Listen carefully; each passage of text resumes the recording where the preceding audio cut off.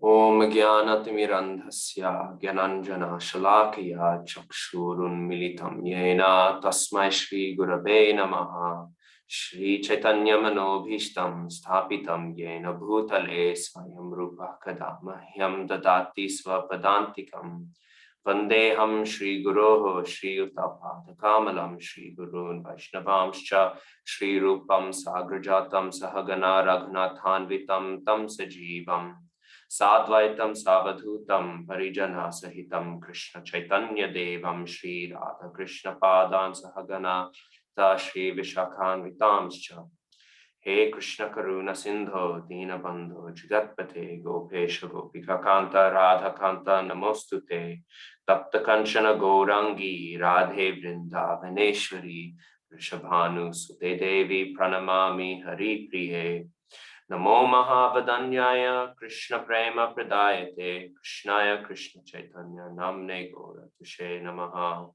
Panchakalpatarubhyascha Kripa Sindhubhyevacha Patitanam Pavanebhyo Vaishnavebhyo Namo Namaha Jaya Shri Krishna Chaitanya Prabhu Nityananda Shri Advaita Gadadhara Shri Vasavi Gaura Bhakta Vrinda Hare Krishna Krishna Krishna Hare Hare Hare Rama, Rama Rama, Hare Hare. Okay, everyone. So today we're going to begin beginning module 2. Module 2, as we've already mentioned, is chapters 7 to 12. So before we begin, I didn't set it for homework for reading, so don't feel worried, but has anyone started to read chapter 7 yet?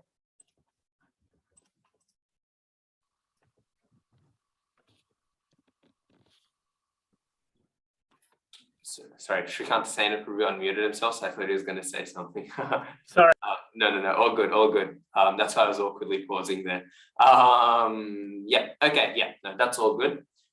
So chapter 7 very much is beginning this. And I think the best way actually to start this is, rather than overlooking the 7th chapter, is to start with the first text. So I'll share my screen. And does everyone have their Gita on them? Everyone doesn't have a Gita, please run and grab your Gita. I'll give you 2 seconds to do so. So if we can all open up to text 1, maybe we can have Shivam, do you have your Gita with you? Would you like to read out the English of text 1? I'll say the Sanskrit, you say the English. Okay, yeah. Yeah. Shri Bhagavan Uvacha Maya Sakta Manapartha Yogam Yunjan Madashrayaha Asangshayam Samagram Mam Yatha Gyasyasi Tachrinu. The Supreme Personality of Godhead said, "Now hear, O son of Pritha, how by practicing yoga in full consciousness of me, with mind attached to me, you can know me in full, free from doubt." Jai. Okay, so this is how Krishna begins the 7th chapter. Okay. And we might notice something. How so far has the Bhagavad-gītā been pushed forward, right? What is the impetus for Krishna to speak? What is pushing Krishna to speak the whole time? So far in the Bhagavad-gītā, what is Krishna speaking in response to? If I want to make it very obvious. What is it? Arjuna's question. Arjuna's questions, right? But we don't have any questions here. And it's not like the 4th chapter, in a sense, where it flows, right? Prabhupada, he's very clear in his purports that this is the beginning of something new, right? So Krishna instead, he's sort of going off on his own now, right? I don't want to say that we're not going to touch on Arjuna's arguments anymore, mainly because that's not true, right? Arjuna's arguments will continue to be foundational. But this section especially is Krishna leading the conversation, and he's leading it into directions that he wishes to take it into. And what are those directions? Who can tell me? From the Bhagavad-gītā sandwich. We've just finished Karma Yoga. What are we about to begin today? Bhakti Yoga, Prabhuji? Bhakti Yoga, right? So Bhakti Yoga is what we are discussing today, okay? And what we will be discussing over the next few months. So Krishna, he is about to tangent into a discussion of bhakti. And why does he do that? In order to address that, we will have our first activity very early on. And it's one that I think you'll all hate, but you'll all have to do it because it's been a while since we've studied and because we've done the entirety of the 6th chapter. We're going to do the same one I made us do last time we had a longer break. We'll all split into groups and we'll do an overview of the first 6 chapters leading up to this moment, right? Because very rusty, yes, Shrikanta Sena Prabhu's response is what I was expecting. This isn't going to be a fun one like the debate, but I think it's important for us to really get a flow of where we're going, okay? Because chapter 7 is incredibly building upon the conclusions of the first 6 chapters. And it's one of your learning outcomes, okay? So sometimes, you know, sometimes there's tough love and then this is going to be a tough love session, okay? So we'll all break out into breakout rooms. I'll give you around 10 minutes. I feel like 10 minutes should be long enough. I don't need, again, a verse by verse analysis, but to mix it up a little, I would like you to also provide citations from the first 5 or so texts of the 7th chapter. You can go through them, the purports are short, allocated appropriately, because Prabhupada actually does discuss the general flow of the previous chapters, okay? So it's not just me who's forcing you to do this. Prabhupada also discusses this in the purports a lot, how this chapter now is building upon the previous chapters, okay? Prabhupada doesn't speak a lot about it, but at the very least, I would like 1 or 2 citations from the purports. How you want to present the information is up to you. You can elect a speaker who will just run you through the content. You can do a diagram, do whatever you want. I'm going to give you guys that freedom, but just each group will all take turns, present the general flow of the Bhagavad-gītā so far up until this point. Okay, and please don't drop out of Bhakti-śāstrī because of this activity. That's my other instruction, okay? So it's not going to be fun, but it'll be worthwhile. It'll be fun when you feel the fruits of it, okay? So I'm going to assign the breakout rooms again. Yeah, I was expecting a small cohort today. So what is it, 15 people? Let's do 3 groups of 5. Okay, 1, 2, 3, 8.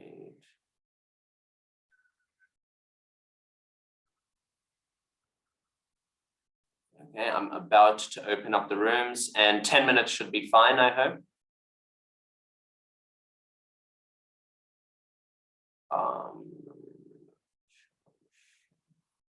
Okay, I'm going to open the rooms up now. I'll see you all in 10 minutes. And as always, if I come around and visit the rooms and you guys aren't finished, I'll give you an extra few minutes. Okay, Hare Krishna.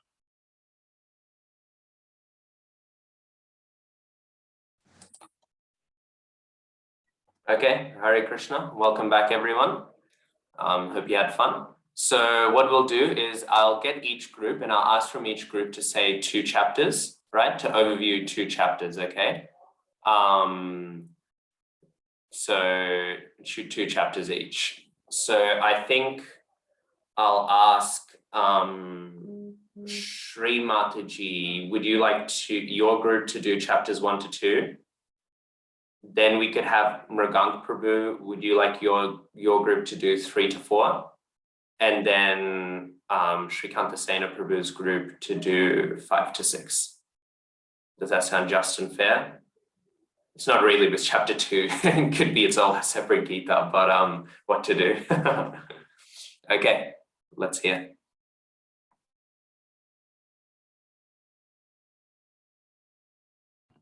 Okay, I'll start. Sorry if my summary is not as elaborate, but basically what we spoke about was that chapter 1 was Dhritarashtra's inquiry and Duryodhana's diplomatic words. And they were talking about the auspiciousness that Arjuna had. So, you know, it was like the blowing of the conch shells and like all of the auspicious symbols that Arjuna had during the battle, which kind of instigated that he will win.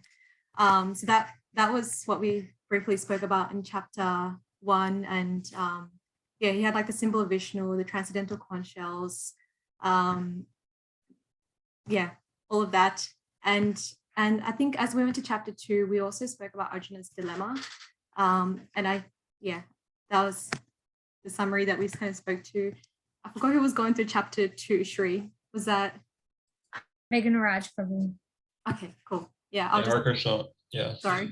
I can go through chapter 2. Yeah, my didn't write much too, but here goes. Arjuna said he won't fight, and then he surrenders onto Krishna. And chapter 2 is basically like summarizes the Gita. He starts talking about the soul and like its properties and like no birth, death and stuff. And then he tells Arjuna like you should fight because even if you die, you're gonna go to the heavenly planets, and if you win, then you get your kingdom on Earth. So it's like a win-win situation. And then it says like it's your duty as a Sattviya to fight. Yeah, that's about it.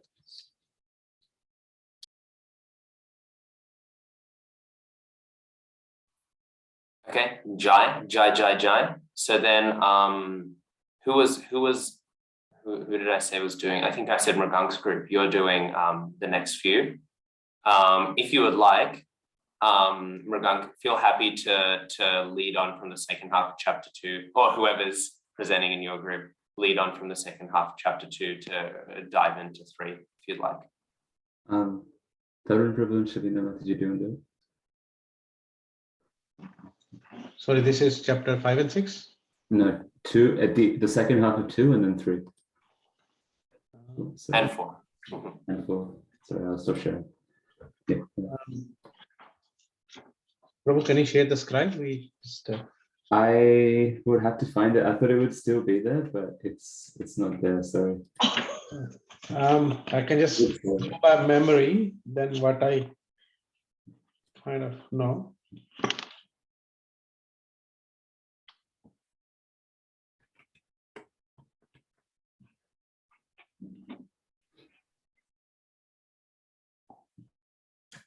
No?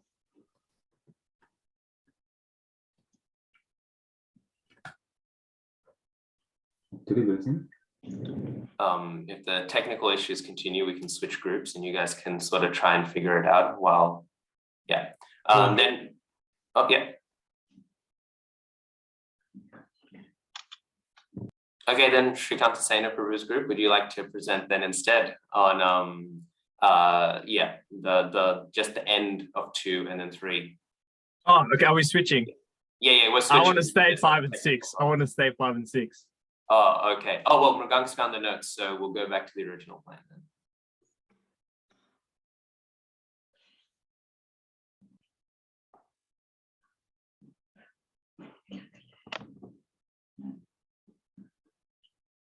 All right. So Prabhu, chapter 2. Yes, the second half of 2 and then 3. So probably start around here-ish and then go down. Yeah, just wrap up chapter 2. That's all I meant, to let it flow into chapter 3. That's all. Yep.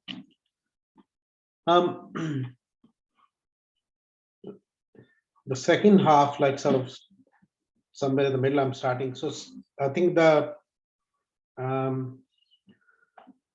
where Krishna sort of mentions, talks about the sakam karma,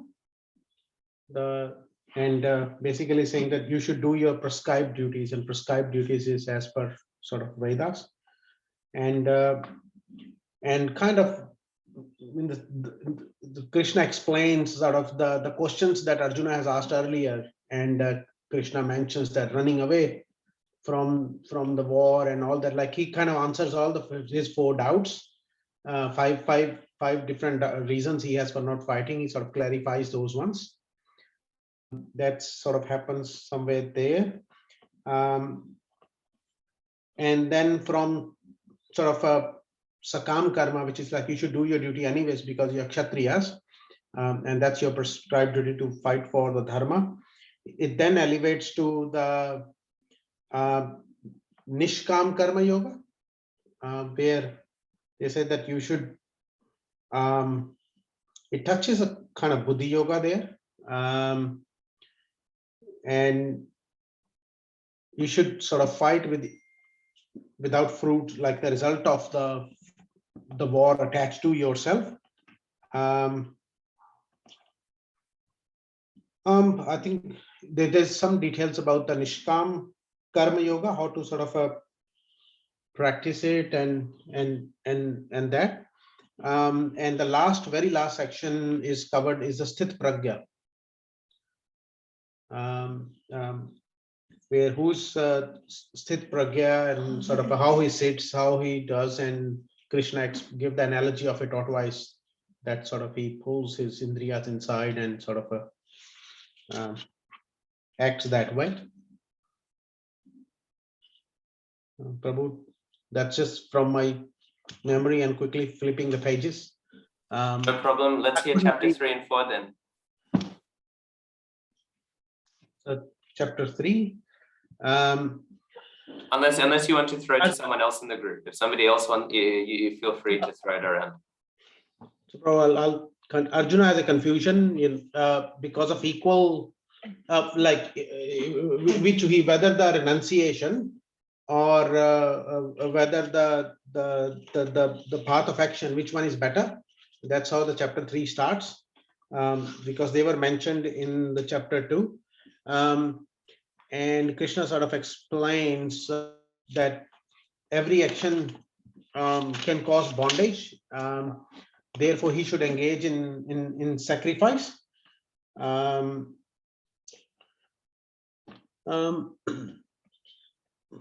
he should sort of do his prescribed duties, which is at the level of Sakam Karma, and even better is if he do his duties without the results attached to it, which will take him to Nishkam Karma. Then sort of Krishna, the last part is how the lust is the real enemy, the root cause of all sort of the issues that we have. Then going on to chapter, Prabhu, then go to chapter 4 or just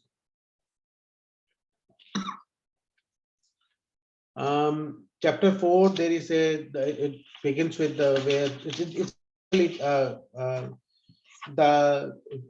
like few parts to it. One is it talks about the Parampara system. Krishna explains how this knowledge has come down and how the chain of disciplic succession has been broken. Arjuna has it doubts like how well those sun god and all, they came long before you, and that's where Krishna kind of shows another sign that he is the god. He mentioned he knows it all, he remembers it all, while Arjuna don't.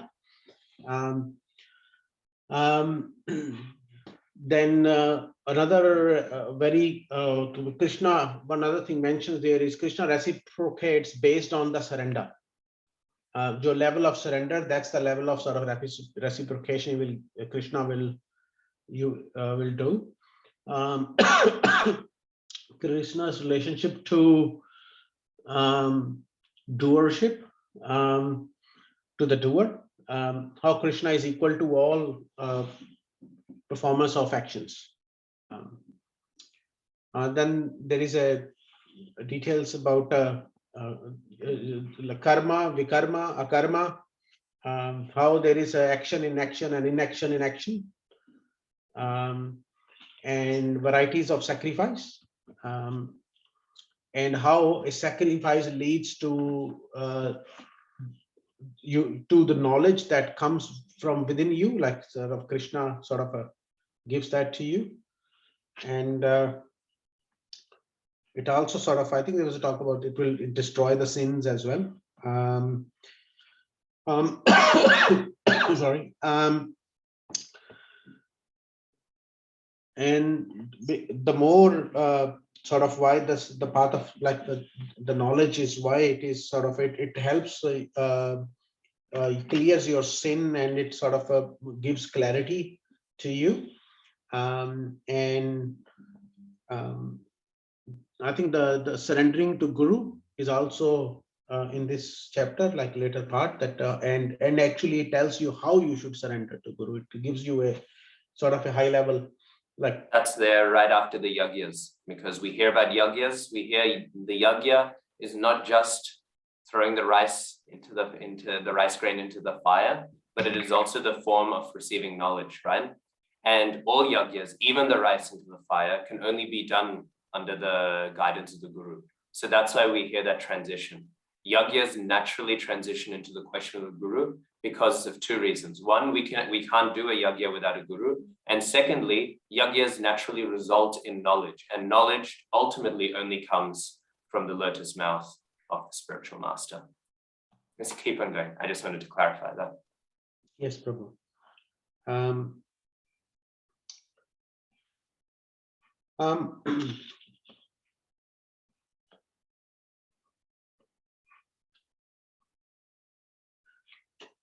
Just trying to quickly flip pages from the notes. We only have this. I mean, at that point, then it just glorifies knowledge. If we want to be very brief, right? Yes, Prabhu. Yeah. Okay. Thank you very much, Prabhu. Very nicely, very detailedly took us through all of that. Now let's have Shrikanta Sena Prabhu take us for the home run. I think he was very insistent on doing chapters 5 to 6. So Because Katyayani Mataji did such a nice description of chapter 5, and then I'll read through chapter 6 to there. nectar. Okay, let's hear. Go for it. Hare Krishna.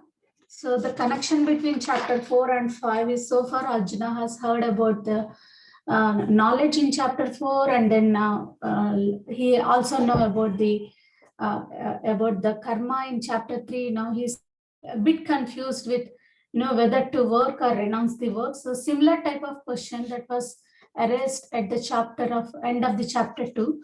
The same question he is getting here. So then Krishna speaks in this chapter about the Nishkama Karma Yoga. So the first few verses talks like, Arjuna asking whether renouncing the work is superior or working with the detachment is superior. So the Krishna's answer is like, the result is same, but one is easier, like, emphasizing the work, and detachment with detachment is easier and superior. And then it leads to how to perform the Nishkama Karma Yoga. So if one performs the Nishkama Karma Yoga, he neither identifies himself with the body nor the activities that his body is performing. So by this detached action, he gets free from all his reactions of his activities. That was explained in the following section. And then the Lord Krishna is trying to explain the platform of the knowledge, knowing that we are not the doers. So there are 3 levels of, so the 3 levels are explained here. One is the living entity, which they think that they are actually the doers. The second thing is the Prakriti, like, who is actual the doer, and then the Lord Krishna is the sanctioner. So that knowledge was explained in the next section. And then it leads to the next level called the liberation, talking about the liberation by focusing on the super soul. So with this knowledge and then devotion, if one can fix their mind in the super soul, gradually it elevates to that equilibrium, like, equipoised state, and it takes us to the liberation. So a brief description of the Ashtanga Yoga, like, about how many limbs are there, and how a little description of the Ashtanga Yoga is given. And then the last section, like, 5.29, that the key memory verse, which we have learned, Bhoktaram Yajna Tapasam, like one who knows that Lord Krishna, like, one who knows that Lord is everything, they are free from the material pangs of miseries. So that's where this chapter ends. It's very nice, Mataji. Very nice. Thank you. So the connection between 5 and 6 is Krishna has essentially described the attaining of liberation through Nishkama Karma, is that a hand up, Prabhu, or is that a clap? That's a clap. And so now in 6, he's talking about achieving that same through the Ashtanga process, that the art was called Dhyana Yoga. And so the first part of chapter 6 begins with how Ashtanga Yoga, like Nishkama Karma yogis, engage in detached work to advance. And it harks back to what we learned, one who sees action in inaction and inaction in action actually understands what's going on. And so in that sense, Krishna says yoga and sannyas are the same. And that leads into the levels of Ashtanga Yoga, which is the beginning stage, or the neophyte stage, Aruruksha, and the advanced stage, which is Aruda. And describes how the mind can become the best friend for one who controls it, or the worst enemy for one who lets it slide. And then Krishna describes the Yoga Rudra stage, or the giving up a work stage, which one can actually, and if people remember what Abhishek Prabhu was saying back in 317, which is only as an Atma Tripti can one actually begin to renounce the activities. But up until that stage, one should actually perform work. And that's quite important. And it's only at that stage that one can the Yoga Rudra. Once before one comes to the Yoga Rudra stage, one must actually be tripti, or satisfied in the self, be able to be connected to the practice in which one can actually obtain or start renouncing one's activities. Carrying on from that, 610 to 32, Krishna describes essentially the further stages in the practice of Ashtanga Yoga. And its results, which he's kind of already talked about the Yoga Rudra stage, and ultimately what one sees is the vision of the super soul. And following from that is the necessity of controlling the mind. Arjuna says, how can one control the mind? What you've described just sounds like fanciful. How am I going to control the mind? And that's his main concern. It's impractical to control a fickle mind. And so Krishna's instruction and the solution is to control practice and detachment. That's the only way in which one can control the fickle mind. And so the mind control is like a definite for practicing yoga. If you're not going to control the mind, you're not doing yoga. And so in that respect, Arjuna says, okay, I understand the mind and I know how difficult to control the mind. So obviously there'll be so many people out there who can't do that. So what's the destination of the unsuccessful yogi, the one who's tried and tried and tried and has failed? And Krishna provides a great benediction to those people, because the one who is an unsuccessful yogi is born in the heavenly planet Svargaloka, where he enjoys and is able to perhaps use that position to go further in the yoga practice. An aristocratic family where one is able to enjoy so much and then actually realize that this enjoyment is not good enough and be able to obtain a spiritual life from there, or one who is really the topmost in the unsuccessful yogi stage is one who's practiced and got really, really close, and they're born in a spiritualist or transcendentalist idea, Gurukuli brothers and sisters and the Krishna conscious friends. And then towards the end of that chapter, Krishna describes who the topmost yogi is, because we've just described how controlling the mind is important. There's the unsuccessful yogi, but then you got the other one, the one who's actually tried and has had faith in Krishna and who's actually gone the process and controlled the mind. He goes, yoginam api sarvesham mankatena ataratmanava shadavan bhajate yo mam same yuktatmo mataha. It's the one who actually has great faith in Krishna, who always thinks of him, renders transcendental loving service unto him. He is the highest of all, intimately most united with Krishna. And it's that madgatena that atmana always thinks of me that leads into the 7th chapter where Bhakti Yoga is described, which is how does one actually start thinking about Krishna? How does one meditate on Krishna and get closer to in connection to Krishna, Bhakti Yoga? And so in essence, Prabhupada writes in 7.3, he says the first 6 chapters of the Gita are meant for those who are interested in transcendental knowledge, in understanding the self, the super self, and the process of realization by jnana yoga, dhyana yoga, and discrimination of the self from matter. So essentially the what we've all just described appears to be what Prabhupada is saying is distinguishing us from the body and the process by which one can actually start distinguishing that. And then the ultimate process of connecting the pure self with the source, which is what now is going to be described. Gauranga, Jai, very nice. So that's exactly it. So hopefully now we've got a bit of, we've rooted ourselves in all of module 1. And don't worry, maybe next week we'll go over the yoga ladder again or something. So, and then you'll really hate me. But so basically now I'm sure we've rooted ourselves into the flow of the first 6 chapters of the Gita. And as Srikanta Sena Prabhu mentioned, I was worried he wasn't going to, but Prabhupada himself mentions this in the purports.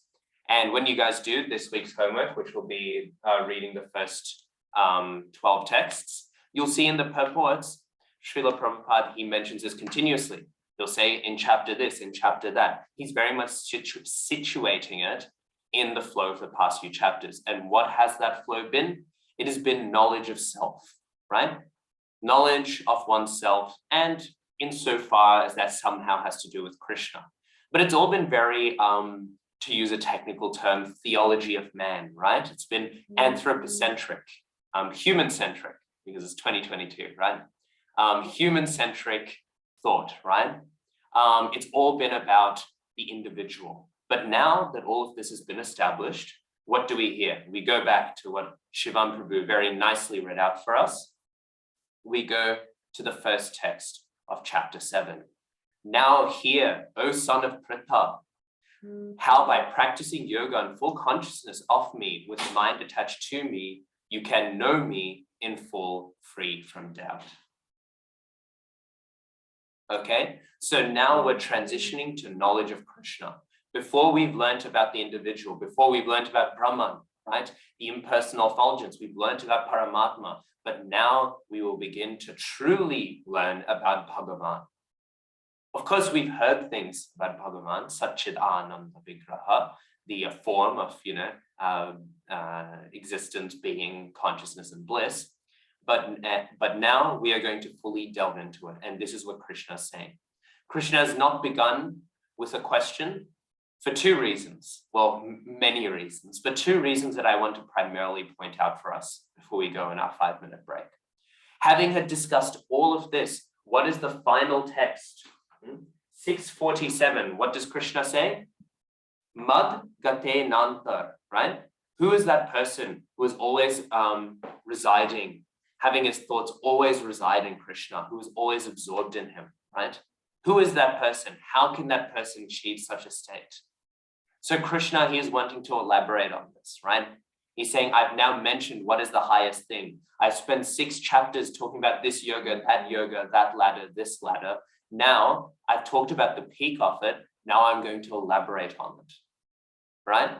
So Krishna, he's done all of this in order to get to this point. And now he's only actually spent like what, 1 shloka properly situating Bhakti Yoga as the supreme. And now at this point, Krishna says, well, now I'm going to elaborate upon it, right? So no question is needed because it's rather obvious what the question is. You've mentioned this Bhakti Yoga to be the greatest of all of them. What is it? And this is what Krishna is going to describe over the next 6 chapters. This is what we're going to discover. And why doesn't he even wait for a question? That comes to the second reason. It's that Krishna is very, very excited to speak about bhakti. This is the anxiety of Krishna. He's been wanting to speak about devotional service this whole time because bhakti is the apex.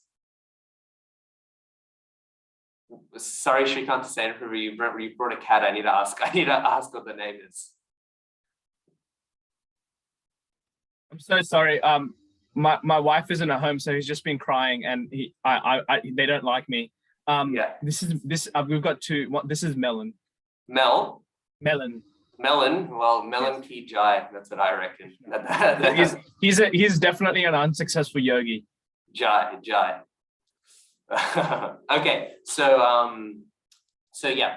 And Krishna, he's so excited. He's been this whole time building up to it. He's been hinting to it, and now he's just going to explode into this discussion, right? And therefore, what do we find here? In this 7th chapter of Bhagavad-gītā, the nature of Krishna consciousness is fully described. Krishna is full in all opulences, and how he manifests such opulences is described herein, right?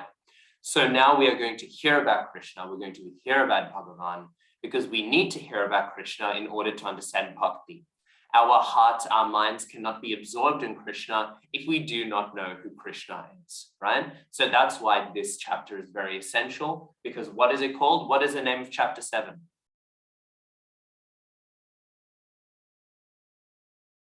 What is it called? Knowledge of the absolute. Knowledge of the absolute, right? So this is knowledge of the absolute. And what is the absolute? It is Krishna, right? So we are learning our knowledge of Krishna so that we can go into bhakti, because you cannot love someone you do not know, right? Okay, so this is how Krishna is now building up from everything that's been discussed before. Now you should have some idea about yourself. Now it's time to learn about the higher self, Sri Krishna Bhagavan. Okay, we'll discuss that a little bit more after the break. We'll go for 5 minutes. I'll see you all at 7 past. Okay, Hare Krishna. Yeah. Okay, so let me share my screen. So we've discussed that. We've seen now how it all fits into the flow. And so again, Krishna, he's spontaneously continuing onto this theme, right, of the greatest of all yogis, right? Now, there's a few interesting things that Krishna says. This first text is one that is analyzed a lot, and I think rightfully so, because it's what inaugurates our whole discussion of Bhakti Yoga, which is, I think we can all understand, somewhat important to our study of Krishna consciousness. So what is this text saying? It's making a few points, right? And we can find that in the Sanskrit. The first point that I want to mention is it says Maya Sakta, right? Maya Sakta. This term, Asakta, if we click on the individual text, Asakta means attachment, right? And actually, does anyone know where this word asakta or maybe asakti appears elsewhere? Does this ring any bells for anyone? Chapter 2. Yes, chapter 2. But in terms of devotion, when we think of devotion, do we ever talk about asakti? Like the 9 stages of devotion? Yes, yes, that's exactly it. Asakti is a higher level of devotion. So Krishna, he's calling for a relatively high level of devotion, because what is he discussing? He's discussing that person whose mind is fully absorbed in Krishna, right? But what is he saying then? He speaks about the means to do this. What is the means by which one can do this? What is the means by which one can attain this knowledge and this realization? It's right here in this text.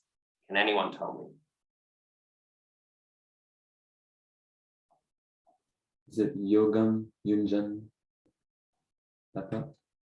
That's a good guess, but that's not the means by which we understand it. Prabhupada in the purport as well also discusses it.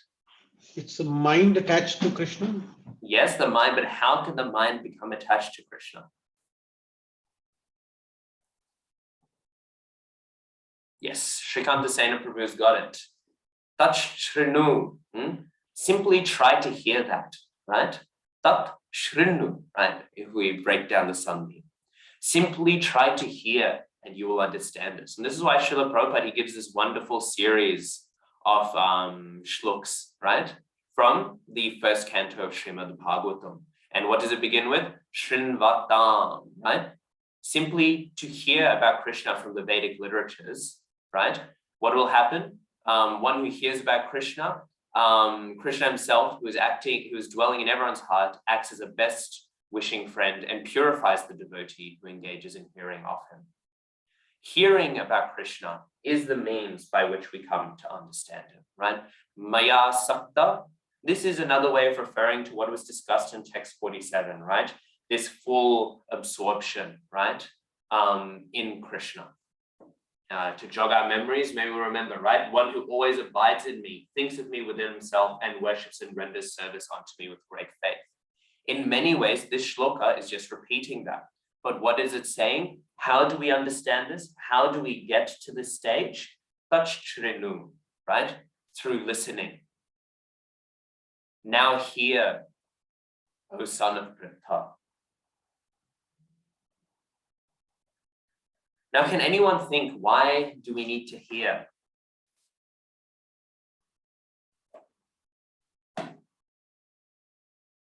Why does he say hear? Why doesn't he say something else? Why doesn't he say now think?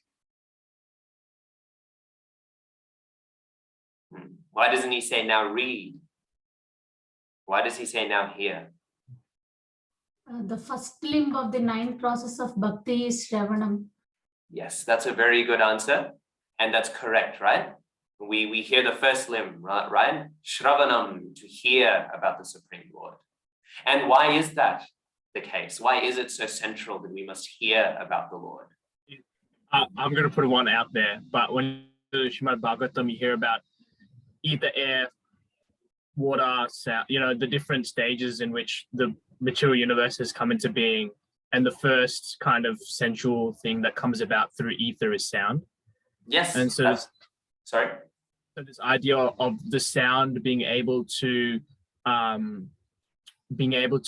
crush the material, the other workings within the mind and touch the heart directly, which is also links to why Sankirtan is so beneficial for this age, because we're so perturbed everywhere else that the sound is much more powerful than everything else. So this idea of sound being the most powerful. that's also definitely an aspect, right? So everything you said is correct.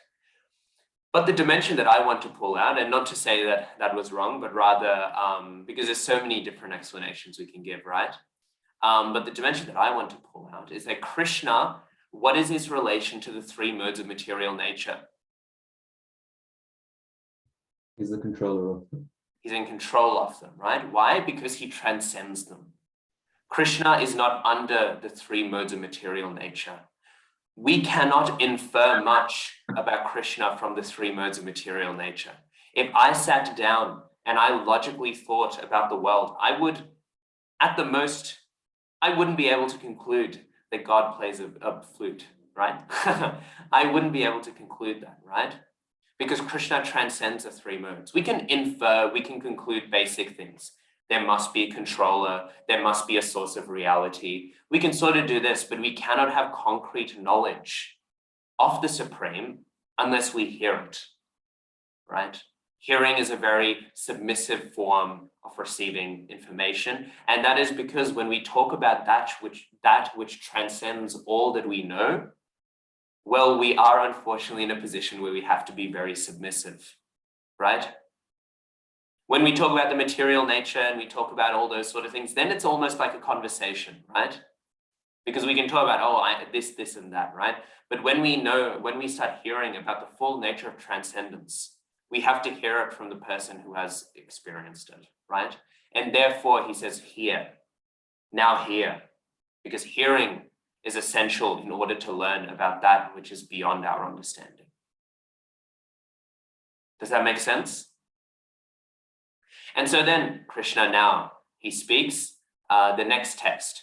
Maybe we can have Rohan Prabhu. Would you like to read out the English after I say the Sanskrit?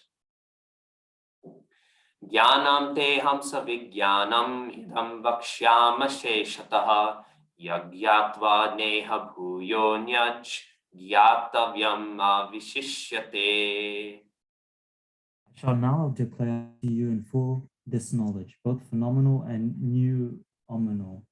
Numinous. Sorry? Numinous. Oh, it's different on the website. Oh, is it? Oh, okay. Numinous. This being known, nothing further shall remain for you to know. Jai.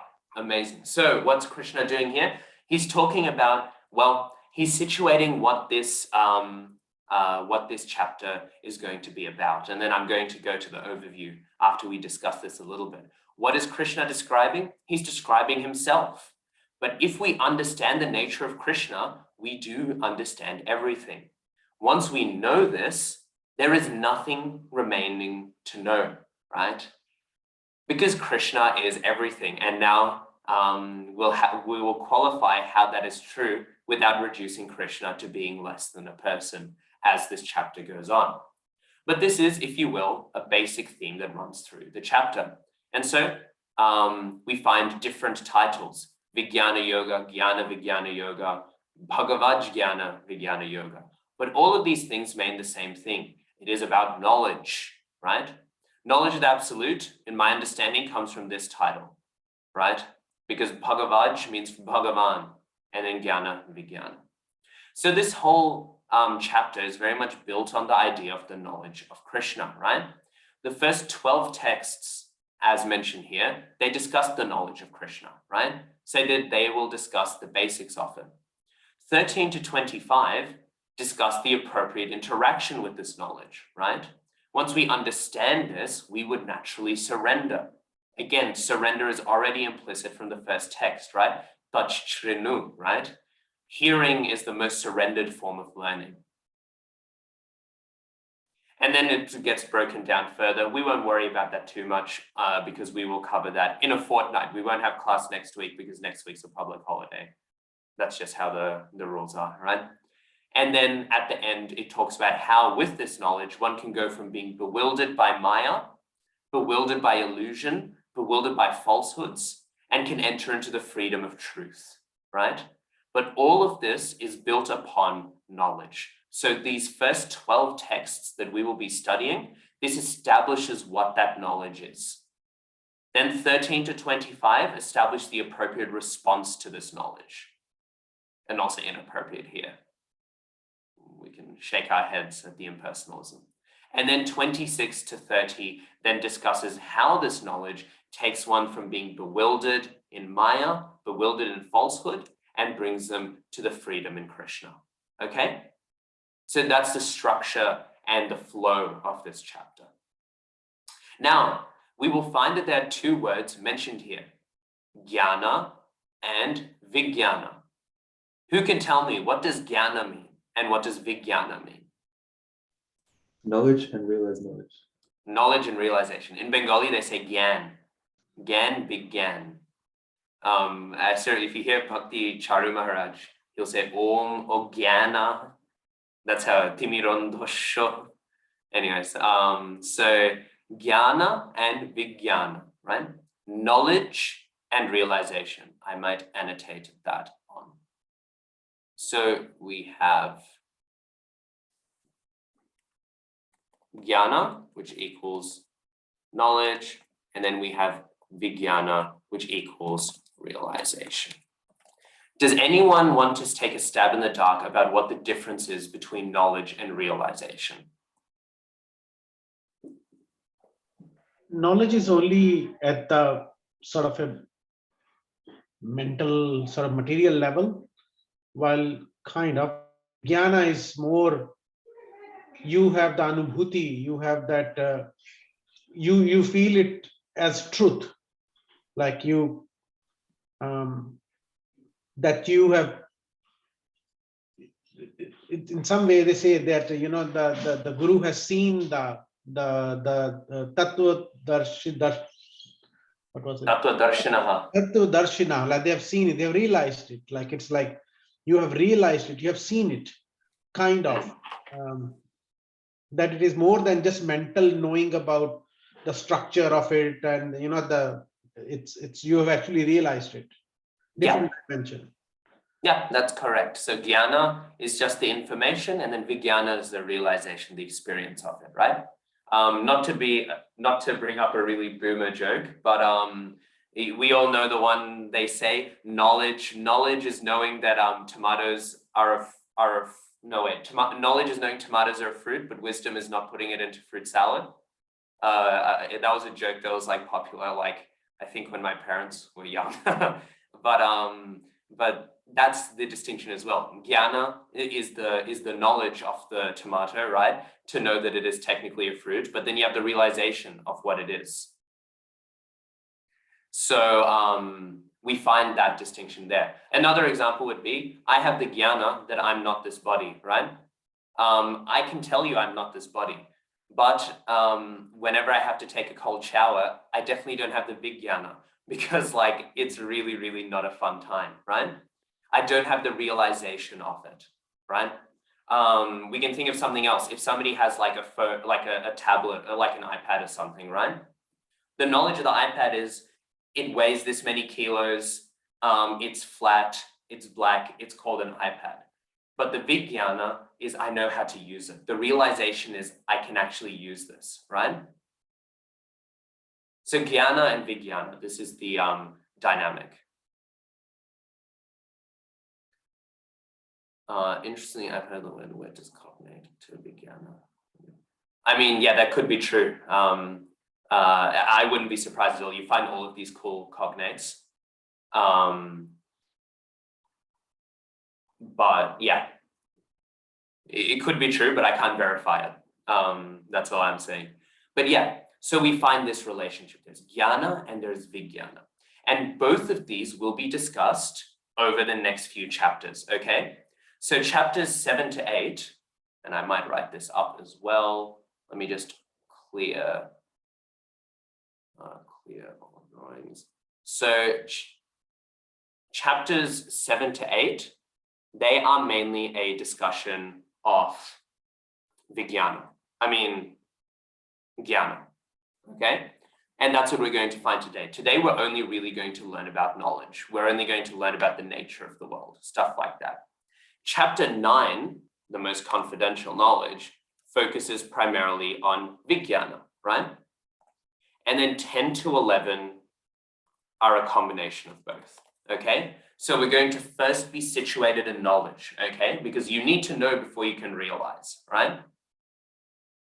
Otherwise, what are you realizing, right? It's silly to say you have Vijnana without Jnana, right? You need Jnana first. So chapters 7 to 8 are going to situate us in Jnana.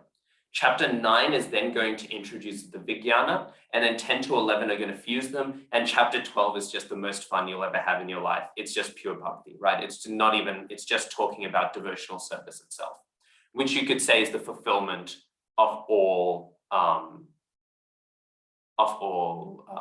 Vijnana, right? Okay, so these two are there. Okay, we'll keep on moving then.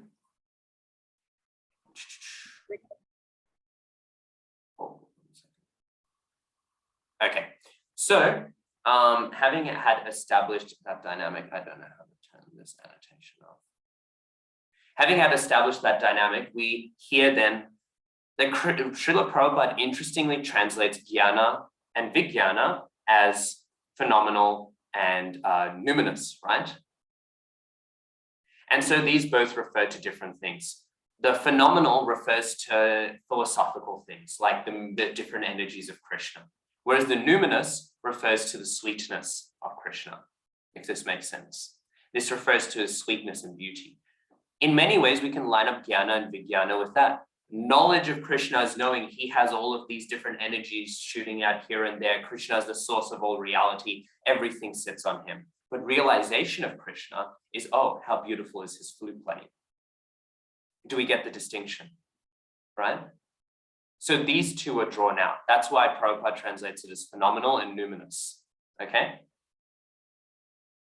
Okay, so let's go on. Maybe I asked Rohan Prabhu, so then maybe we can have Vishaka. Would you like to read out the English after I say the Sanskrit for text 3? Manushyanam sahasreshu kaschid yatati siddhaye yatattamapi siddhanam kaschin mam veti tattvataha. Out of many thousands among men, one may endeavor for perfection, and of those who have achieved perfection, hardly one knows me in truth. So we see here Krishna, he's emphasizing the nature of this knowledge, and he's also, interestingly enough, he's also sort of like riling Arjuna up, right? He's getting Arjuna interested in this knowledge, right? If you tell somebody, I'll tell you a secret, but no one else knows this, then suddenly you're very invested to hear about something, right? If you say, everyone knows this and you've got to learn it as well, it's not that exciting, but it's exciting when it's secret. And how secret is this? One thing I find funny is that if you read some old commentaries, sometimes they say, because what does it say? Out of many thousands of men, only one may endeavor for perfection, right? And so they say, but so many people are endeavoring for perfection. How can we understand this? What's interesting is that's no longer a problem, because it actually is that very few people are endeavoring for perfection. So what we find is that very, very few people truly endeavor for perfection, right? Very few are truly trying to endeavor it, right? And therefore they are very, very rare. And of those who have achieved perfection, hardly anyone knows Krishna in truth, right? Knows him intimately, knows him in the full sense of bhakti, right? If I throw a rock in any direction in India, I'll find somebody who's probably close to Brahman realization, if you get what I mean. Or at the very least is on the pathway there. But you're going to find very few people who have some rasic realization of Krishna. So having said this, and sort of described this, right? Krishna, he is hyping up this knowledge for very good reason, because it is very elevated knowledge, right? It's not like what we've discussed before, which is almost commonplace, right? Do your duty, do what you need to do. Bell curve is strong for transit. Yes. So the knowledge of duty, knowledge of being detached from your fruits, that's pretty commonplace, right? But this more elevated knowledge now is much, much rarer. And so we are getting up to that point. And what do we find? We will hear the description now in text 4. Maybe we could have, who should I call on? Vignaraj, would you like to read out the English after I say the Sanskrit? Yes. Do you have your Gita with you? I'm using database. Oh, based. Okay. I'm just going to quickly stop the share for a second. Bhumirapo nalo vayu kammano buddhir evacha ahankara iti yamme bhinna prakritir ashtada. Earth, water, fire, air, ether, mind, intelligence, and false ego. Altogether, these 8 constitute my separated material energy. Jai. Okay, so what we have here is now Krishna is beginning to describe the nature of his energies, okay? And I'm going to come to this more towards the end, but this ties into our philosophy. What is the name of our philosophy? Our philosophy is Achintya Bheda, right? And this will tie into it. But before we discuss that, let us discuss the nature of these energies, okay? Earth, water, fire, air, ether, mind, intelligence, and false ego, okay? What is this? What are all of these? All together, they constitute my separated material energies, right? So all of the material world is composed of these, and therefore all of the material world is composed of this external energy. But these are not strictly demarcated. Does anyone know what is the distinction between these? These are 2 types of matter. Can anyone tell me what is the distinction? Gross and subtle. Gross and subtle. Yes, right? So there's subtle matter and there's gross matter. What do we think Earth is? Anyone to shoot at? What do you reckon Earth is? Do you think Earth is gross or subtle? Gross. Okay, gross. Okay. What about water? What do we reckon that is?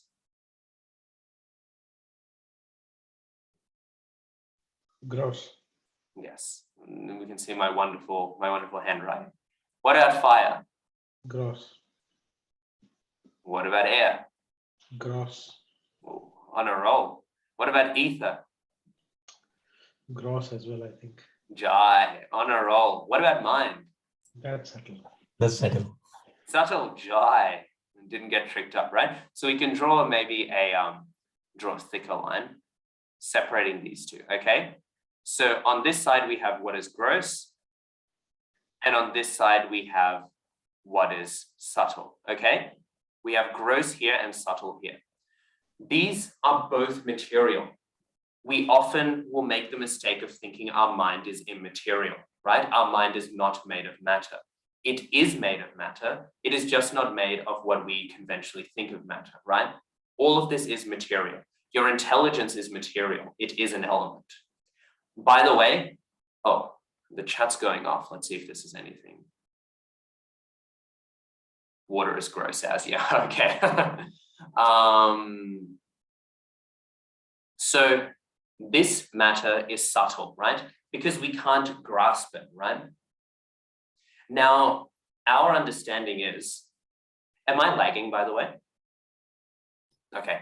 Our understanding is that first there is a subtle and then the gross comes out. We'll discuss this more in chapter 13. But basically the idea is that both are material because both truly aren't what we are, right? Both are fickle and temporary and they aren't what we identify with. They are both aspects of the material world, right? So our mind, which thinks, which by the way is not the brain. People often hear mind and then they hear it's material and they're thinking of the brain. The mind is, I don't want to sound new age, but we can almost think of psychic things, right? The psychic domain, that is what is subtle. So when we say it's subtle because it's not tangible in the sense that we think of as tangible, right? The mind is tangible for other minds, if that makes sense, but it is not tangible for our fingers, right? Does this make sense? Gross matter is like this, right? This is gross, right? But my thought that I'm thinking in my head, the thought that you have in your head when you see this, that is subtle.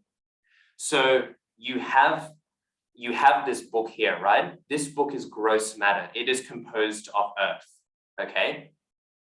By the way, when we say earth, water, fire, air, we're talking about a different categorization. It's not like the, what's that thing called with all the elements on it? There's something table, the Periodic table? The what table? Periodic table, is it? Yeah, the periodic table, right? It's not like an element of the periodic table. It's a whole other way of dividing reality, okay? So what we have is we have this book, right? This book is composed of earth because it's solid, okay? But your mind has a thought that says book, right? When it sees it, okay? This book is gross, but the thought is subtle. Does that make sense? So subtle matter is different to gross matter, okay? But it is still matter. Okay, now that is pretty complex. Can I explain ether? Wait, Avatar? Oh, yeah. Okay, yeah. Just like Avatar, The Last Airbender. 100%, okay? Ether is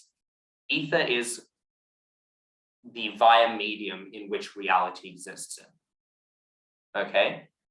So if you wanted to translate it into modern scientific terms, which I wouldn't want to, because modern scientific terms, I don't understand them well enough to make a translation, if I'll be honest. And secondly, they're always getting rethought. But I would say ether is like space-time, if that makes sense. Ether is the actual substance in which like all particles exist in, if you get what I mean. So how can we perceive ether? We can't really. Ether, it's sort of like how do I put it? We can perceive it, but it's sort of like if you tell a fish you're in water, a fish is going to be saying, a fish will tell you what's water. Do you get what I mean? Because it's just like that baseline, it's that underlying foundation of the rest of gross matter. Does that make sense? Or no? Have I confused it more by using the fish and water analogy? I just said. Does that clarify? Sorry? I think either you disconnected or I disconnected. I couldn't. No, I disconnected for sure. Because somebody rang me, so I'm hotspotting myself. Okay, what was everyone saying while I disconnected? I think you were just explaining what ether is. Okay, how far did you guys get into? Did I talk about fish and water? Yeah. And you were saying you can't perceive it because you are in it. Yeah, okay. Yeah, you can't perceive it because you're in it. Like, so you are perceiving it, but it's the baseline upon which the rest of matter is built upon. It's sort of like, what's the color behind your eyes? It's a bit like one of those things. Like, it is there, but it's just hard to conceptualize.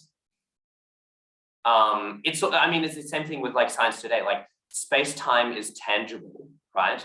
But we can't literally see it, even though we kind of are all seeing it because everything is on it. Does that make sense? It makes sense how it doesn't make sense, at least, if that makes sense, right? Or it's like a glass window, right? If you paint on a glass window, when you see like a really well-polished window and there's painting on it, you know that there's a window there because there's painting on it, but you can't actually see the window. But the window is tangibly there. It's the same with ether. I guess I just got confused because like all the other ones we can perceive with our senses, but ether we cannot. And then Yeah, no. Yeah, it is a bit difficult like that, but we couldn't perceive anything with our senses without ether, right? So ether is gross. because like I think so. I was reading like this interview with Prabhupada, Yeah. and he was like, so essentially, earth you can perceive with touch, water by taste, fire by forgot, but air by. It was like everything do a different sense, and then he said ether you can do by sound, and he said ether is how sound travels. Yeah. But yeah. then we know that it's sound doesn't by travel air. through space, right? It can't. Yeah. So we'll touch on that in chapter 13 because that's when we do the senses. We have the Vedic definition of sound is a tiny bit different. But space doesn't mean like how the scientists say space, right? Space literally means like space, like room. No, but I think Vignaraj's point is that sound doesn't travel through ether, it travels through air. That was more his point. But sound, so gross sound needs air to travel, but sound is it has multiple levels of sound, and we'll get into that when we do chapter 13. Yeah, and that's pretty much what Shrikanta Prabhu is saying. Our senses require the air, but sound is considered to travel in the sense that the actual meaning of sound still travels through ether. I think sound in many places is more of a vibration. Yeah, but I think Vignaraj Prabhu's point is that in ether, the ether doesn't vibrate. If you get what I mean. Yeah, it's complicated because light itself is kind of, in some definition, it does the same thing, though it travels. It gets very complicated and gray because it's neither a wave, it's a wave as well as energy. And anyway, like we'll go off topic, Prabhu. Yeah, but we will go much deeper into this in chapter 13, which is when this really gets deep dived. And then we'll break down all the individual senses and Mahatattva, and you guys will have another long list to memorize for your tests. Does that make sense at least with the distinction? Or are there any follow-up questions you have regarding that, Vignaraj? No, I should be good for now. Yeah, okay. But yeah, no, so just to flag that, sound includes what we call sound in general conversation in a Vedic context, but it also includes a whole lot more. For example, sometime in the Bhagavatam, it says sound isn't sound unless somebody hears it, which is very different to our understanding of sound because, we would say sound exists even if there isn't a hearer, right? So that's a problem with translation. Sometimes the categories are slightly different. Yeah, it almost is like that, but that is a bit of a deep dive, which we will get into in chapter 13. But yeah, that's basically it. The energy of sound continues on. Just because our senses can no longer perceive the vibration, the energy of sound still travels out until it ripples away, right? And that's why it can travel through ether, because ether energy always can travel through ether. Yeah, complicated stuff. And it gets complicated by the fact that I'm really bad at science. Yeah. Yes, exactly. And this is the Lord's inferior energy. As we're just about to find out, we'll keep on going then. But it's good to think about these things because people often make the mistake of like Prabhupada once said, somebody said, how can you say the body is made up of all of the elements? Where is the fire in the body? And Prabhupada said, feel my arm, it is warm. Therefore, there is fire there, right? Now, I don't think Prabhupada actually thought that he was on fire on the inside in the sense that we think, right? So these things, while they translate into English, they're more technical and slightly distinct, right? If you get what I mean, right? So fire means something else, ether kind of means something else, sound kind of means something else. And for all of you who are bored by that conversation, don't worry, because chapter 13 will get a whole lot more boring in regards to that. That's when we'll really go deep into all of that. It all gets broken down much more. Okay, so all of these together, they fire is in our stomach as well, yes. And then of course we can get into Ayurveda, but we'll keep on going for now because the and we will get back to it when we do Kshetra and Kshetragya.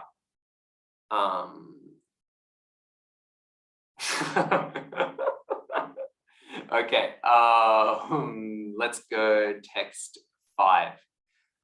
Who did I ask to read? Raj. Then maybe we can have Mrinal Mataji. Would you like to read out the English of text 5 after I say it? Sure, Prabhuji. Apparayamitastvanyam prakritim vidhime param jiva bhutam mahabaho yayedam dharyate jagat. Besides these, O mighty armed Arjuna, there is another superior energy of mind, which comprises the living entities who are exploiting the resources of this material inferior nature. Hare Krishna. Hare Krishna. So here we're hearing that there is a higher energy, right? And so normally when we hear higher energy, we think of an internal energy, but actually there are 3 energies of Krishna. And we are now hearing about the middle one. I'll get up the annotation again. Can anyone tell me one of the three energies of Krishna?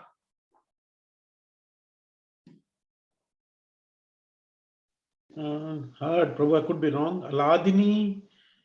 So these are all the internal ones. This is a good way of dividing it, but I'm referring to the one which refers to the external. Hladini, Samvit, and Sandhini, that is correct, but that refers only, those are subcategories of the internal energy. Okay. But you're totally correct, not at all. I phrased the question wrong. In this discussion, which energies are we discussing? Which ones are we hearing here? Yes, Katyayani or Srinivas Prabhu, Katyayani Mataji or Srinivas Prabhu, one of them has said internal, external, and marginal. So right now we are only discussing external, but I'll do it here. So we've got internal, marginal, and external, okay? Marginal is sometimes called the tatastha, right? Which means like, the word tata literally means like, sometimes if you read Sanskrit books, when it talks about a beach, the beach will be called the tata, right? It is the shoreline, okay? It is the shoreline, and that's what we mean by marginal, right? Because it's neither here nor there. And this is what Krishna is describing here. We are beached whales indeed. Well, I was a beached dolphin, but after this lockdown, I've become a beached whale for sure.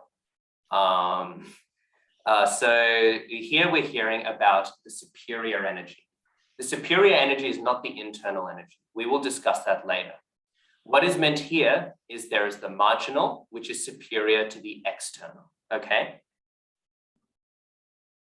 And what do we hear? I'm just going to quickly scroll down, actually, if it lets me to scroll down to the next text, text 6.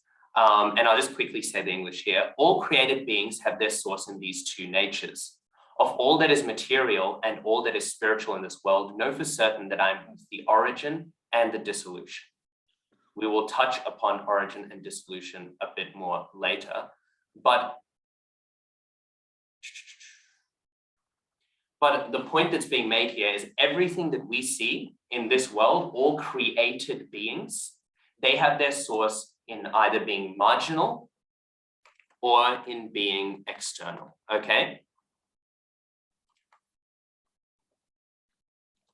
The internal energy are non-created things, okay? So things in the spiritual world, everything that's transcendental and spiritual, that is the internal energy, okay? So Mother Jashoda, she is not Tatastha Shakti. She is not marginal potency. Mother Jashoda is internal potency. She doesn't come out of, actually, no, this will get too technical if I discuss that part. So let's just clarify what these things mean. The external energy is what we've just discussed, the 8 elements, okay? Earth, water, fire, air, ether, mind, intelligence, ego, right? That is the external energy. The marginal energy is what? What is the marginal energy? Living entities. It is the living entities in this world. It gets more complicated in the spiritual world because some of the jivas are marginal and some are internal, but that's a headache and a controversy for another time. So this is the living entity, okay? So everything in this world is the combination of the marginal and the external energies, okay? Do we all get why?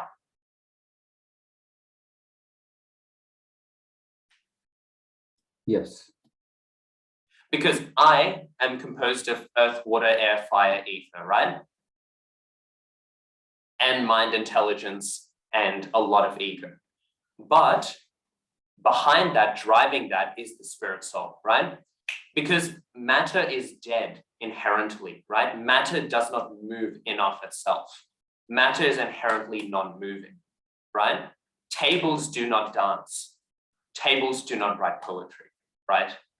Tables do not get into arguments, but persons do. Consciousnesses do. And so the marginal energy,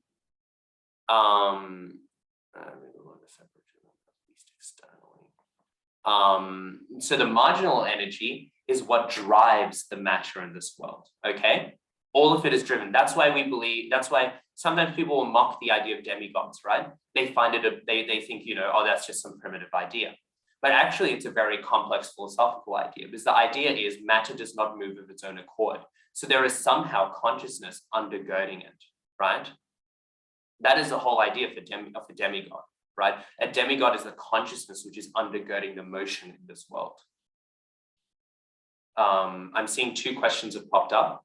So I think Srinivas Prabhu, I'll come to you second because Shrikanta Sena Prabhu sent the message first, I think. I'm not sure what your question is, Shrikanta Sena Prabhu. So is the idea that it would have to essentially be the marginal and external because the Lord doesn't touch the external energy in the sense? So if it was made up of internal energy, then he would, I mean, notwithstanding the fact that he can break the rules himself, but then he would be in the function of the material universe. And when Krishna appears in the material universe, that's the internal energy bleeding into the external energy, right? Srinivas Prabhu, what is your question? Yes, Prabhu. We understand that the 8 elements of the external energy, whereas mind, intelligent, false ego, we learned that when we leave our material body, our mind, intelligence, and the false ego carries with us to get into the another body. So how do we understand that these 3 comes under the gross elements? Still, it carries along with the spirit.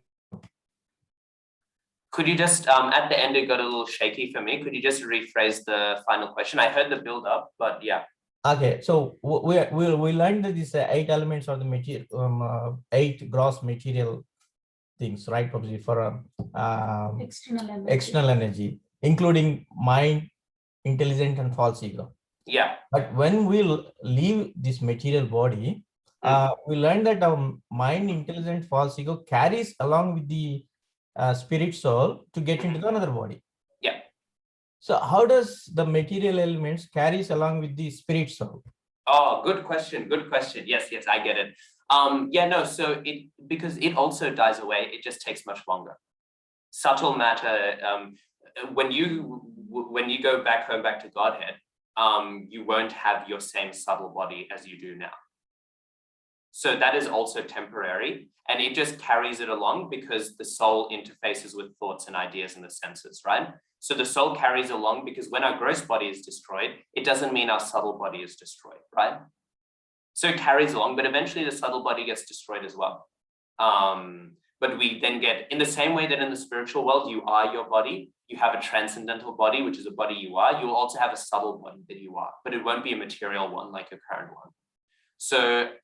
So the only reason why it carries across between births is because the reason why you're taking a new gross body is the previous one sort of, given up, right? But the subtle body can keep on going. But it's not that the subtle body carries over to the spiritual world. So it's definitely still material. Does that make sense? Yes, Prabhuji. Thank you. Yeah. Yeah. But yeah, explain the concept of demigods again. Okay, yeah. I'm very happy. This is the exciting part. I thought everyone would be bored about hearing all the energies, but I think after hearing about Nishkama Karma Yoga for so long, we're excited to do something else. So the demigods, so the whole idea is behind all, because Krishna is saying that all created beings, everything around us is a combination of the marginal energy or the external energy, right? I mean, and the external energy. Why is it both, right? So what does he say? Have their source in these two natures. He's not saying one or the other, because everything that's around us that has movement is motioned by consciousness, right? So when we see everything, when we see movement, movement is all triggered by consciousness. So the whole idea is the demigods are those which preside behind certain types of movement that we see. They are the consciousness undergirding that part of matter. So it's not just an arbitrary thing, right? It's not animism or something. In one sense it is. It's like a very philosophical animism, you could say. But it's not like, it's not arbitrary. It's not that the rivers are moving, therefore I'm going to worship it, right? The idea is that the river is moving and consciousness is the primary principle of reality, which is, by the way, a very popular scientific idea as well. Panpsychism is what they call it. And it's this idea that consciousness is what undergirds reality. Consciousness is the foundation of material reality. It's what pushes it forward, which is what we believe as well, right? And so the whole idea is because we're seeing that motion, therefore, and there is some matter there, therefore there is some consciousness behind it. And that consciousness is what we would call a demigod, right? Does that make sense? Did I clarify that?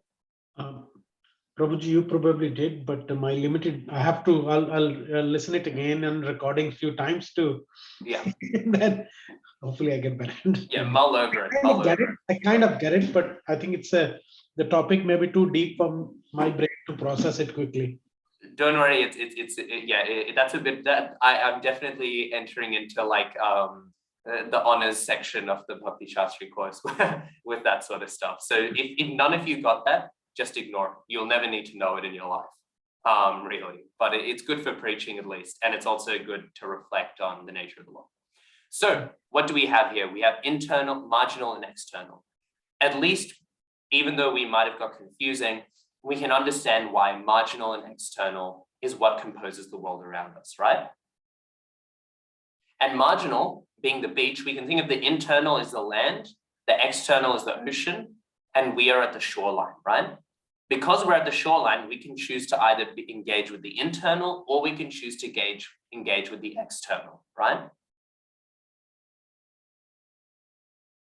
So what happens then if you're marginal and you want to engage with the external, if you're marginal energy, okay, which you are, and you want to engage with, and you want to rule over something, to rule over something, you have to be above something, right?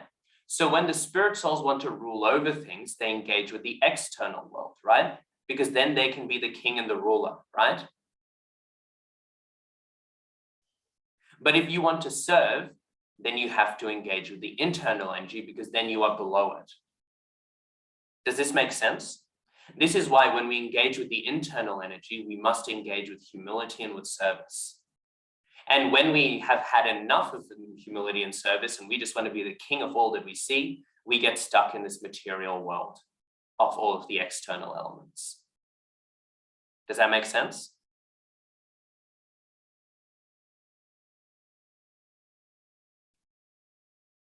Just giving everyone a second to process it.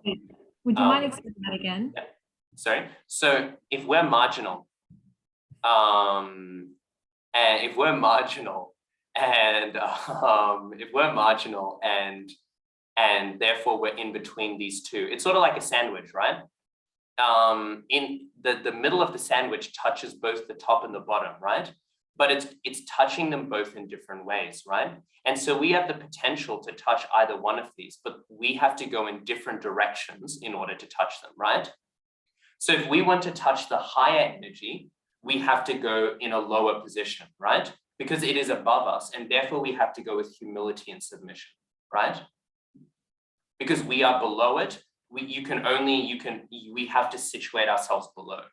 But if we don't like interacting with that which is above us, and we want to only interact with things that are below us, then we have to interact with the external energy.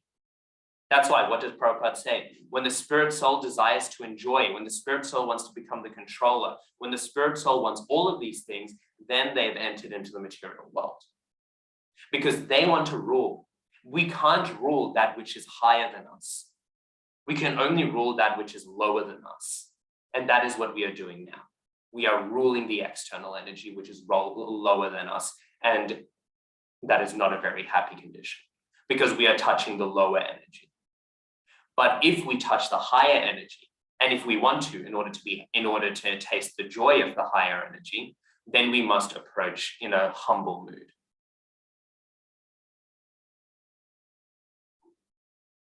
It's a little complex to digest, especially when it's the last point. That's what happens when we do the activity in the first half. But next week we'll do our activity in the second half again. Okay. So let's undo all of that. Let's see, we've got 2 minutes to go. Yes, we'll do text 7, and then we'll have to do 8 and 11 next week. Yes. It all ties into the archons and everything, because the demigods, sorry, that all ties into the demigods, as I was saying, because the demigods are also consciousnesses that are trying to enjoy the material energy. They're just doing it in the mode of goodness, right? So therefore they have that elevated position. But the demigods as much are beings who are trying to rule over. And because they do it in the mode of goodness, they're successful in it. Does that make sense? Because they're in the mode of goodness, that's why the demigods are the biggest rulers of the material world, because they're the ones who successfully are able to express their desire to be the controller. But ultimately, all that means is you're going to be in the material world. So even if somebody becomes Brahma, the demiurge, right? Controller equals Ishvara, right? Yeah. Even if one becomes the controller of the even if one becomes Brahma, if one is not a devotee, they take birth again, and then you can just become a worm or something, right? There are Brahmas which become worms in their next births. So Prabhu, our demigods are also the third energy as well? Yeah. All spirit souls are marginal potency. Yeah. The only spirit souls that aren't are the Nitya Siddhas in the spiritual world. And not to throw another concept in there just to confuse everyone more, but so Mother Jashoda, she is not marginal. Mother Jashoda does not have a moment where she's like, yeah, you know what? Maybe I do want to go down to Australia and, hang out with the boys, or some sinful thought like that, right? Mother Jashoda doesn't, because she's internal potency. She's a spirit soul that comes from the internal potency. But all of the spirit souls in the material world are marginal. Alex with 4D Sanskrit. Yes. Yeah, actually, just to speak with that. So we sometimes hear that Yogeshwara is Shiva, and Krishna is described in Bhagavatam as Yogeshwareshwar. He is the Ishvara. So Sanskrit does this stuff all the time. Yeah, so therefore Maheshwareshwar is definitely something that it might even be in Shastra. But if Yogeshwareshwar is possible, then Maheshwareshwar should also be possible. So only Nitya Siddhas are the internal energy. Of the souls, yes, they are the only souls that are internal energy. The internal energy is other things as well, like bhakti, etc., etc. That is also internal energy. But in terms of the souls, just so as to not confuse everyone, right? Because this is complicated. Don't worry if you're feeling confused. This is the new yoga ladder, okay? Just you wait until we do a Chintya Bheda, where it's literally called inconceivable. then you're all going to start getting the headaches, okay? So yeah, the Nitya Siddhas are the internal energy. Dvaita is technically a different philosophy, but if you said Achintya Dvaita, then we'd be on the same page. Okay, so just coming back to my point, all of the demigods are all what am I saying? are all tapasta, except potentially for pure devotees who have. That's a sub clause we'll get to another time. Just for now, we'll discuss exceptions later on, okay? But just for now, they're all marginal potency, okay? So all the demigods, as a general rule, are marginal potency, like you and me. That's why you can become Indra if you wanted to, Dharan Prabhu. I wouldn't recommend it, but you can become Indra if you want to. Much better to become dust at the lotus feet of the Brijvasis. That is a much more desirable goal, right? But you can become an Indra, right? The demigod names are all just positions in the government, if that makes sense. So it's sort of like if you try hard enough, you can become the chief minister of a state, right? That's what it's like to be a demigod, right? You've gamed the system well enough that you've gotten the higher position. And again, that's why demigods have what they have. It's them satisfying their desire to control, but they're doing it in the mode of goodness. So it's a bit more kosher. But that's why Bhaktivinoda Thakur says, I don't want to be born as a Brahma. I want to be born, what? Oh, wait, somebody said something in the group chat. I hope it's not getting too edgy. No. Okay, Alex, you're nearly there, but you're a bit off. Vishnu is not, I guess you could say, Vishnu is, I wouldn't say Vishnu is the CEO, but the rest of it makes sense, okay? But the rest of it, you're correct, right? It's like positions, because a CEO can lose their job, Vishnu cannot, right? Sorry? Probably shareholder owner. Yeah, I guess you could say like that, right? Maybe we could say it's like a monarchy, right? But a monarchy where the king can never die. That would maybe make sense. But at this point, then I feel like our desire to make an analogy has made things harder than easier. So, okay, so coming back. I have a question. Prabhu, we say that the demigods are in the mode of goodness. So in a way, they are already elevated from where we are. Oh yeah. We should respect the demigods. Don't get me wrong. I'm not saying we should talk smack or anything. No, Prabhu, my question is that here we are at such a lower state, trying to do, just understanding Bhagavad-gītā itself is like, if we get the gist of it in our lifetime, the core of it, then that would be an achievement. The demigods who are at a higher mode of goodness at us, would they be striving hard to reach Krishna? No. So that's the thing. Demigods wish they were you, as Shrikanta Sena Prabhu was just saying. A devotee, if somebody practices bhakti yoga, they're greater than the demigods. So they are in basically 100% in some way karam kandis. No, you can't. That's what I was going to say. Like, it's a bit difficult because you can't make hard and fast rules because they all are individual people, right? It's sort of like, sometimes I like to say things like, all politicians are evil, right? You'll hear me say that often, right? But technically I can't say that because I don't know each and individual one. You know what I mean? So we can speak generally about them, but some of them are devotees. Our Brahma right now is a devotee. So he is on a very elevated platform. We should still respect demigods because they're like, they're pious people. But ye average demigod that got there through sacrifices and all, we respect them, but we wouldn't want to be them. And they very much would want to be, part of the Sankirtan mission. But Brahma's a good example. The Brahma of our universe right now, he's a pure devotee. So you can't make hard and fast rules, if that makes sense. So Prabhu, the generics saying that demigods would like to have this, this our like body, then that is also a sort of a loose statement, because if demigods are devotees, then they would escalate from their position where they are already. So they're devotees in the sense that they would all have done some devotional service, but they're not devotees in the sense that they're pure devotees. Most of them aren't pure devotees, as a general rule of thumb. Okay. So does that make sense?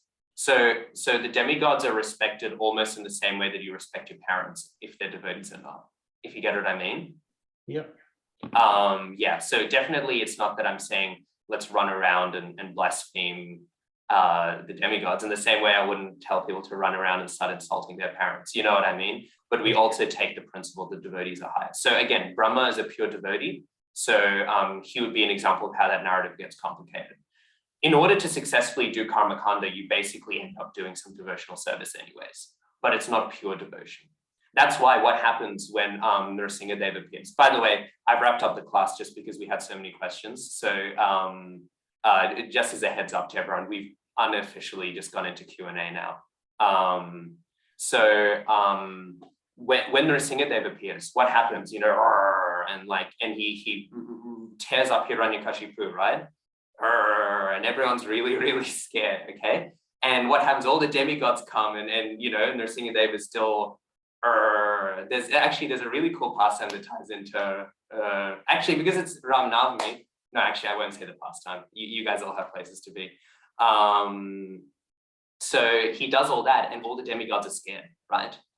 And I heard in some Katha by some elevated Vaishnavas that one reason why they were scared is because they could kind of identify with Hiranyakashipu, right? They were sort of like, look, we're good materialists, but we're still pretty materialistic. Why is it Prahlad Maharaj? Prahlad Maharaj is the one who's able to approach Nrsingadeva because he's the pure devotee, right?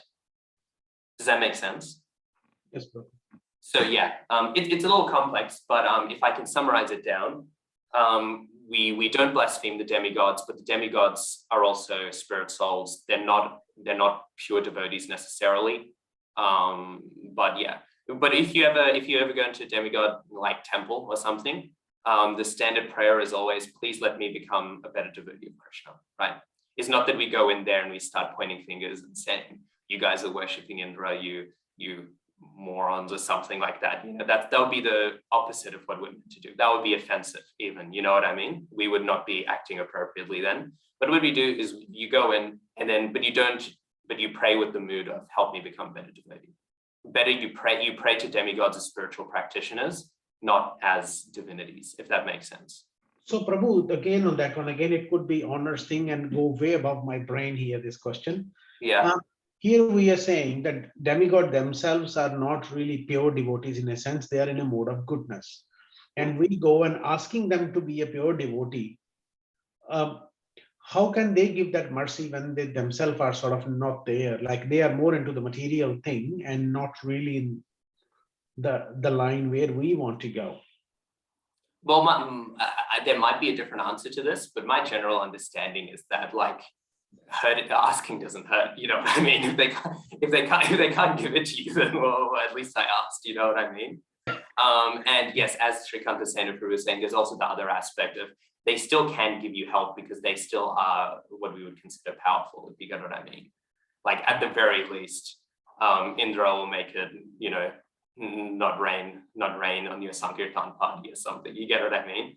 But we wouldn't want to, yeah. So they're given all of those positions and they are empowered by the Lord, right? They're empowered in order to facilitate these sort of things.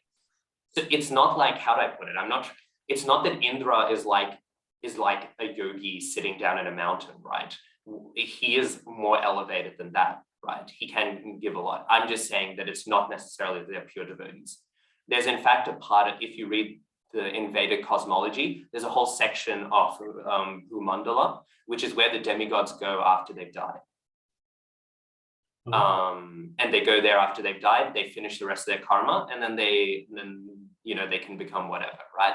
So yeah, they just sort of reach the apex, and reaching the apex. So it's sort of like, you know, it's sort of like sometimes they're rich.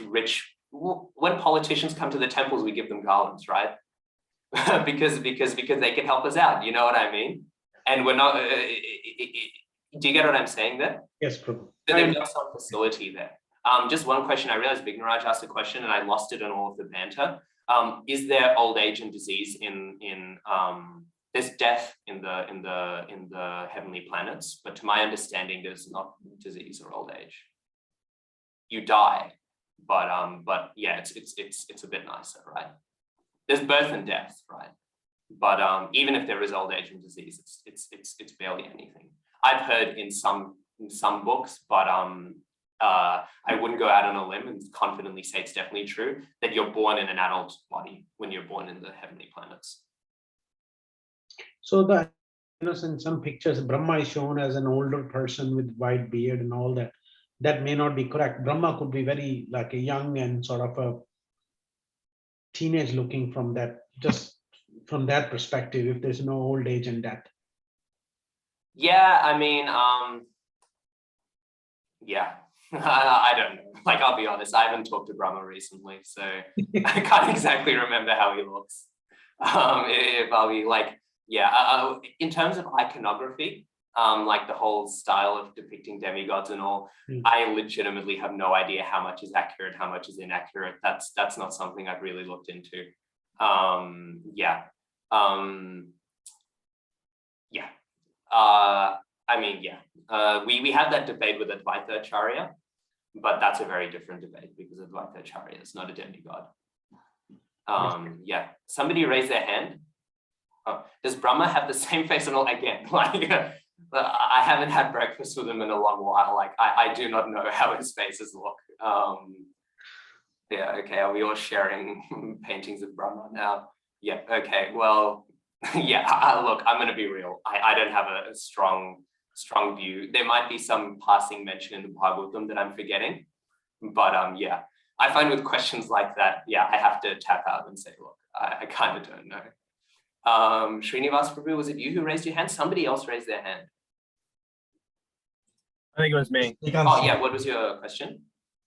So on the point of, I think Tarun, he's looking at like the demigods and seeing that they're in a higher position and going like, what, like, I don't understand. But similarly, even within our kind of human species, there are also some levels of, like, for example, most of us here are brown-bodied Indians.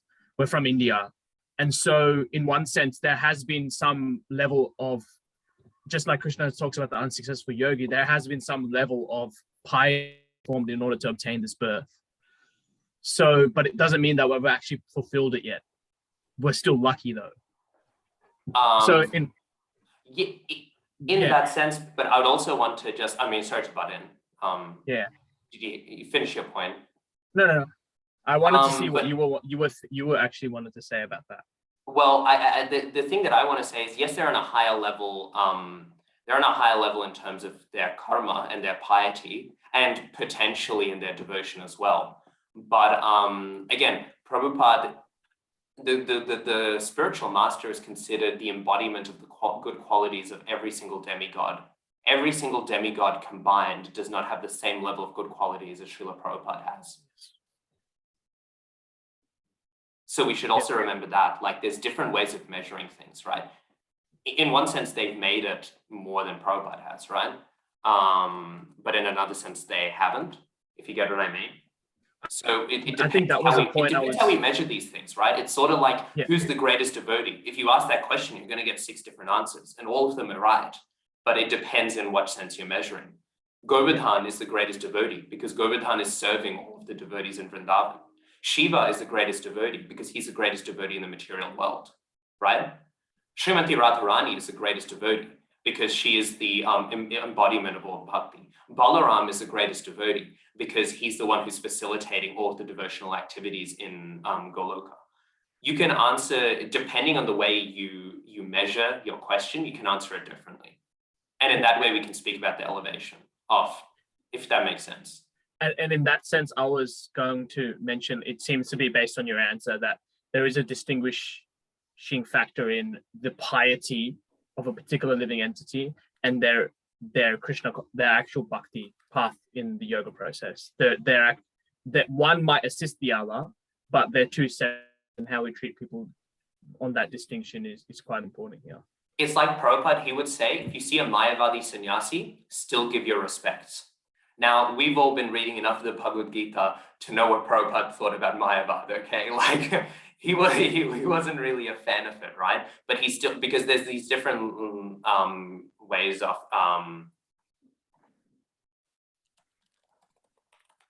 there's different ways of measuring things, right? Yeah. In terms of the having more good karma for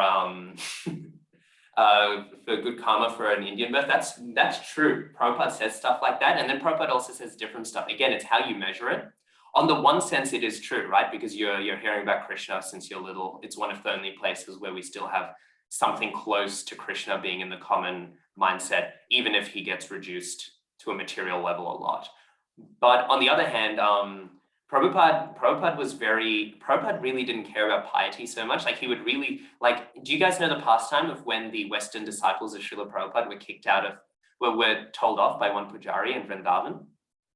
Okay, this is a great pastime. So all the devotees there in Vrindavan. Oh, by the way, for Damini and Vishaka and all who've just joined, I'm totally fine with people just leaving whenever, once we've gotten into question and answers time. So you don't need to stay. Once we hit 12, you can leave. I forgot to clarify that. That's why people have just been dropping off. Once we hit 12, you can dip. So Prabhupada was there with his disciples, and this one pujari at one of the temples, one of those Goswamis, hereditary gurus sort of things, right? He sees the disciples and he says, "Oh, it is very nice that you are following Swami Maharaj.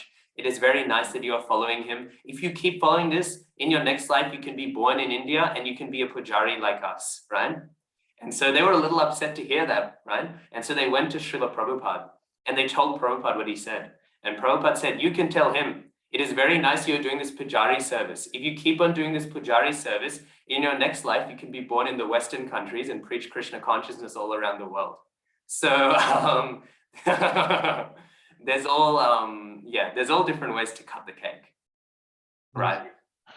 Prabhu, I have a question. Yeah. It's slightly different topic. This is what happens when we have 2 weeks of no classes. Everyone's just stored up all their questions. Okay. Prabhu, this one just came off the cuff, and it's a confusion that has been there for a while. It may be because of my lack of understanding of Sanskrit, but maybe there is something else. You know how we say the name of the Krishna as Govinda, the one who gives pleasure to our senses. Then there is a Go Loka. So Prabhu, does the word Go has special Sanskrit root which sort of connects the two, and then there is a Go Vardhan? Is that sort of related to the same Go?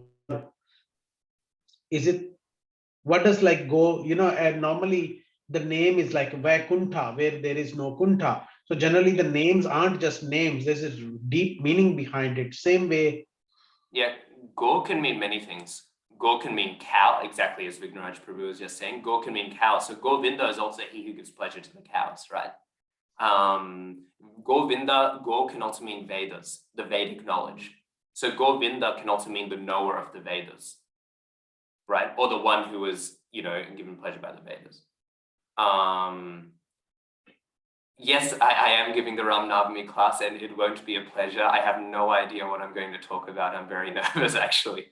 Okay, but yeah, does that make sense? So you can, yeah. So I like to think of Goloka as the planet of the cows, because I just think that's wholesome, right? But you can think of all sorts of things. It's the Vedic planet, etc., etc.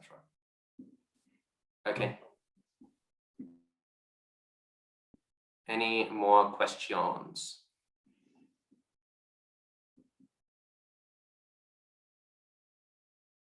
Okay.